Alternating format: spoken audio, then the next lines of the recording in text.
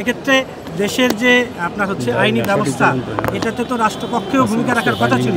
রাষ্ট্রপক্ষের কোনো ব্যর্থতা রয়েছে কিনা? এই 30 বছর যে অতিবাহিত হয়ে গেল, এটা হত্যা মামলা হলো না, আপনি কি মনে করেন? এবং আপনি পরবর্তী কি ধরনের ব্যবস্থা নেবেন? আমরা মনে করি এই মামলাটা দীর্ঘ 30 বছর লেগেছে।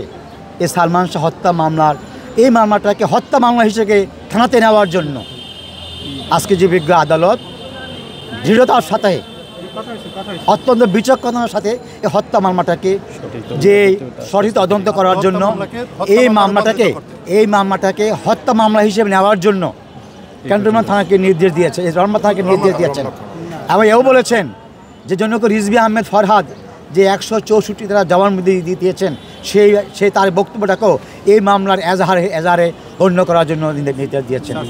এবং বলেছেন এই মামলাটাকে তদন্ত সংস্থা, থানা, পুলিশ, বিএন, আমাদের যে তৎকালীন যে বিজ্ঞ নিম্ন আদালত ম্যাজিস্ট্রেট ছিলেন, আদালতেরও সঠিক ভূমিকা ছিল না বলে তার ফাইন্ডিংসে বলেছেন।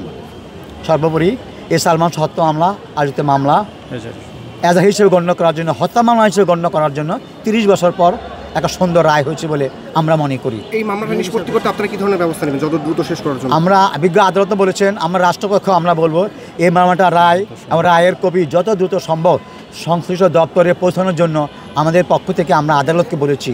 বিজ্ঞ আদালত বলেছেন অতি দ্রুত সংশ্লিষ্ট দপ্তরগুলোতে এই মামলার কপি দেওয়ার জন্য এবং দ্রুত হত্যা মামলা হিসেবে এই মামলাটা গ্রহণ করার জন্য বলেছেন। আমাকে একটু স্পষ্ট বলে দেন যে অবজারভেশনগুলো দিয়েছে সেই অবজারভেশনের মধ্যে এই ম্যাজিস্ট্রেটের কথা বললেন, আদালতের কথা বললেন এবং হচ্ছে ওই সময় যারা মানে হচ্ছে গিয়ে রাষ্ট্রপক্ষের যারা আইনজীবী ছিলেন তাদের সবাই হচ্ছে গিয়ে এই ব্যর্থতার জন্য দায়ী করেছেন। এইভাবে একবারে একটু বলে দেন আমাকে। এই মামলাটার হত্যা মামলা হওয়ার পরে সালমান শাহের পিতা কমরুদ্দিন চৌধুরী থানায় একটা অপমৃত্যু মামলা করেছিলেন তদন্ত করার জন্য। উনি বলেছিলেন যে আমার ছেলে আত্মহত্যা করতে পারে না, তাকে হত্যা করা হয়েছে। ওনার সে আবেদনটা থানা পুলিশ সঠিক তদন্ত করেনি, পুলিশের ব্যর্থতা ছিল। পরবর্তী পর্যায়ে তার পরিবারের পক্ষ থেকে এই মামলাটায় পিবিআইকে তদন্ত করার জন্য দিয়েছিলেন। পিবিআই মনে করেছেন সে আসামিদের সাথে যারা এই মামলা আসামি তাদেরকে সাক্ষী করে এই মামলার সাথে প্রহসন করেছেন। সেখানে সালমান শাহর মা এই মামলার নারাজি দিয়েছেন, পিবিআই তার নারাজি গ্রহণ করেনি।